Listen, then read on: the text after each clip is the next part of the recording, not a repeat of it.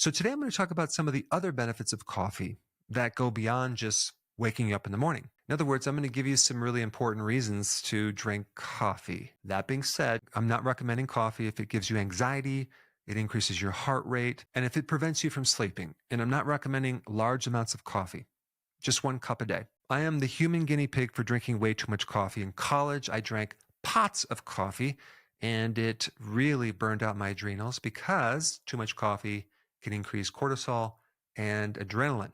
So why am I recommending coffee in the first place? Well, there's some different chemicals in the coffee itself, as well as this one chemical called caffeine.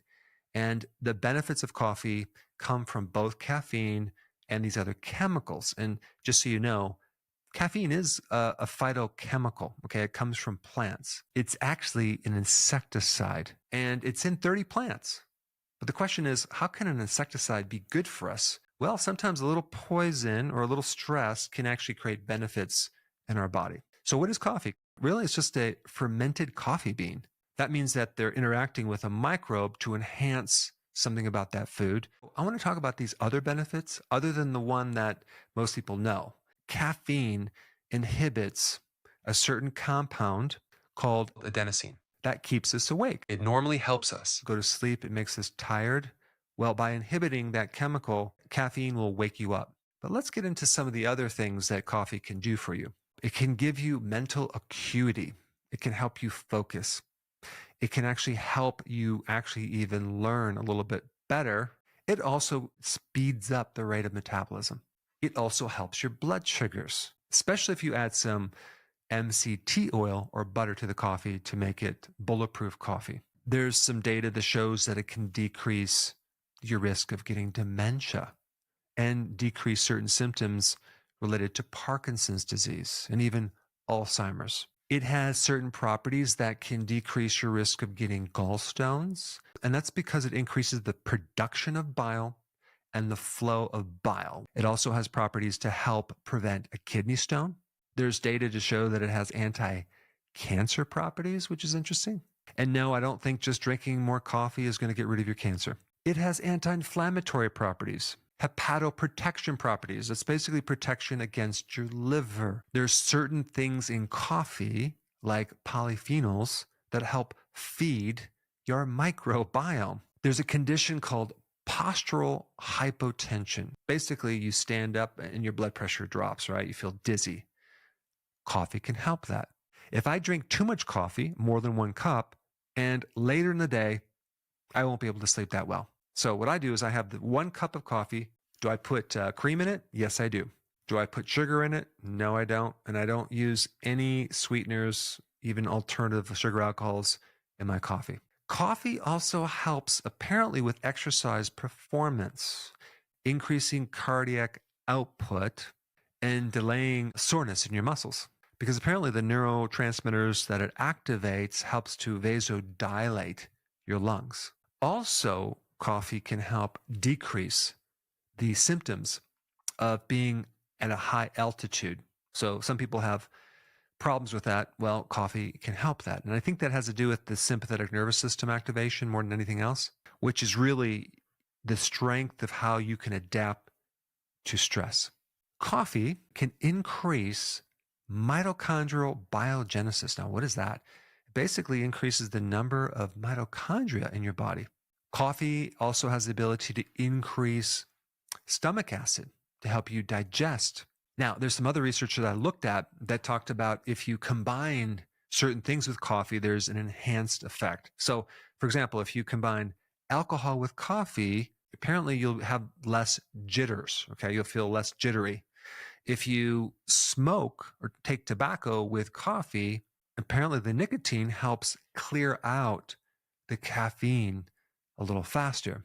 If you take certain medications for a headache or pain, the caffeine can help enhance the benefits. So this is why anytime I drink coffee, I also smoke a cigarette, take a little shot of whiskey, and take my pain medication. And of course, I hope you understand now my dry sense of humor. I am completely being sarcastic. And even birth control pills, which personally I do not take, can extend the half-life of caffeine. which means that the caffeine will stay in your body longer if you're taking birth control pills. Now, for those of you that decided that you're going to start drinking coffee, you probably need to know how to neutralize the side effects of coffee. And for that, I put this video up right here.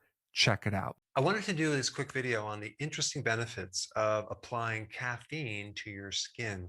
Now, the question is, can't you just drink coffee and get enough caffeine to help your skin? Well, no, that doesn't really work. There's certain topical benefits of caffeine that you can't get by drinking caffeine. Now, of course, you can always overdo it. So I'm not talking about putting a tremendous amount on your skin, but just enough to create some interesting effects. Now, as far as the type of caffeine, you can use coffee grounds, you can use caffeine creams, or you can use green tea or a combination of green tea and coffee, which I do recommend because there's so many different phytonutrients in coffee and green tea, including the compound EGCG, which has incredible benefits. You probably have seen many different facial creams with green tea extract and even caffeine. But caffeine has some interesting properties to the skin. It can act as a potent antioxidant. It can actually reduce inflammation. Now, using topical caffeine on the skin doesn't always work on every single condition. Like, for example, it may reduce some redness with acne, but it doesn't get rid of acne. There's other solutions for that.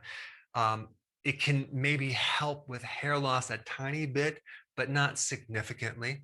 But what it can do is give you some temporary help on the 3 conditions I want to talk about as you work to correct the underlying cause.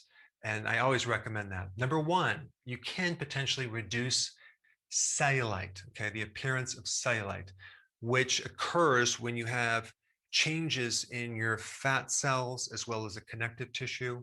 With cellulite, you have a loss of collagen and loss of muscle, you have atrophy, and it creates like a kind of an orange peel effect. But caffeine directly on the skin increases lipolysis, the breakdown of fat. It increases microvascular circulation, so it gets more blood flow, more lymph flow, because it has vasoconstrictive properties. So it will tighten the skin. And you probably notice a dramatic difference within minutes. But just realize it's a temporary solution. But there are some important things you can do that can create a significant difference, but it takes time. But in the meantime, this might help you. Number 2, aging spots, sunspots, spots that develop from UV radiation, basically anything that creates hyperpigmentation on the skin, okay? Caffeine can help you. And number 3, puffiness under your eyes, okay? Now, if you have dark circles underneath the eye, that's probably not the best solution, but there's puffiness. That would be a good temporary solution. But I will tell you, if your eyes are puffy, that means you are consuming too many carbohydrates. That's like a sure tell sign that your carbs are way too high. And if you just got on a ketogenic diet with some fasting, this would go away permanently.